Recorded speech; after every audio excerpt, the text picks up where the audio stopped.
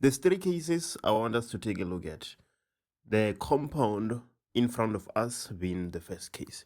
So according to the exam guideline, the branch doesn't take preference over the halogen. The halogen doesn't take preference over the branch in haloalkanes. So how do we name these compounds? Let me go ahead and show you. So the first thing, we will identify our longest carbon chain, which will be easy to do in this problem. So let me just go ahead and do that. There we go. We have our longest chain, right? Now we need to number our carbons from the side closest to the halogen or closest to the branch. So if you start counting from the left, we're gonna have a branch on the second carbon. And then if we start numbering from the right, we're gonna have a halogen on the second carbon. Okay? So in a situation like this, what do? We have chlorine in between the branch and the halogen. It is right in between. If you start counting from the left, it's on the third carbon. If you start counting from the right, it's on the third carbon. So chlorine is playing no role in how we're gonna name our haloalkane. In a situation like this, we would start numbering our carbon from the right. So we would have 1, 2, 3, 4, 5, right? We're doing that because B from bromo comes before M from methyl. So the alphabetical significant. We're gonna start by now. We're gonna number our carbons from the right hand side. So let's go ahead and do that.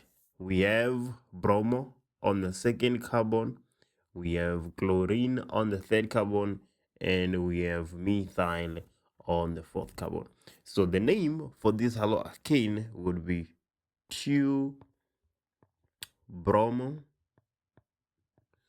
dash 3 chloro dash 4 methyl pentane. Pent for the 5 carbons in our longest chain, ane the suffix of haloalkanes, 4-methyl, that is the branch we have on the fourth carbon, 3-chloro, the halogen we have on the third carbon, and the 2-bromo, the halogen we have on the second carbon. So this is the name of our haloalkane. Let's take a look at this structure. The first step, obviously, is to identify the longest carbon chain. So let's go ahead and do that. So this is going to be our longest carbon chain. Starting with this carbon, there we go. And this is what we have. Right. So there we go. We have our longest carbon chain with 6 carbons. Okay. If we start counting from the left, we have 2 branches on the third carbon. And then if we start counting from the right, we have a halogen on the third carbon. So where do we start numbering our carbons? From the left or from the right? Well, you might be tempted to say, from the previous example, we chose bromo because it comes before methyl. So in this case, we shall do the same because bromo still comes before methyl. But that is actually not correct. That is not what we are supposed to do in a situation like this. Let me show you why. Let's say we start numbering from the left, right? If we start numbering from the left, we're gonna have bromo on the fourth carbon. So we're gonna name our haloalkane as 4-bromo dash 3.3 dash dimethyl hexane, right? That is how we would name our haloalkane if we started numbering our carbons from the left, right? So this is from the left, how our IUPAC name will look like if we start numbering from the left. But if we start numbering from the right instead, we would have 3 dash bromo dash 4.4 dimethyl hexane. This is if we start naming from the right. So there's something I want to show you here. If we start naming from the left, we have 4 plus 3 plus 3, which is 10. And then if we start naming from the right, start numbering our carbons from the right, we have 3 plus 4 plus 4, which is equals to 11. So this is 10 in total, and this is 11. So we are actually gonna go with this first one because it leads to the least number, right? So this is what I was referring to when I say sometimes it's not the alphabetical order that is gonna decide. Here's another example of that. We have a haloalkane with 1, 2, 3, 4, 5, 6 carbons in the longest chain, of which if we start counting from the left, we have a halogen on the second carbon. And if we start counting from the right, we have a branch on the second carbon. So in a situation like this, once more, we're not gonna start numbering from the left because of this fluoro that we have on the third carbon if we start numbering from the right. So we would actually start numbering from the right because ultimately we're gonna have the lowest numbers in our IUPAC name compared to if we started counting our carbons from the left. Let me go ahead and show you.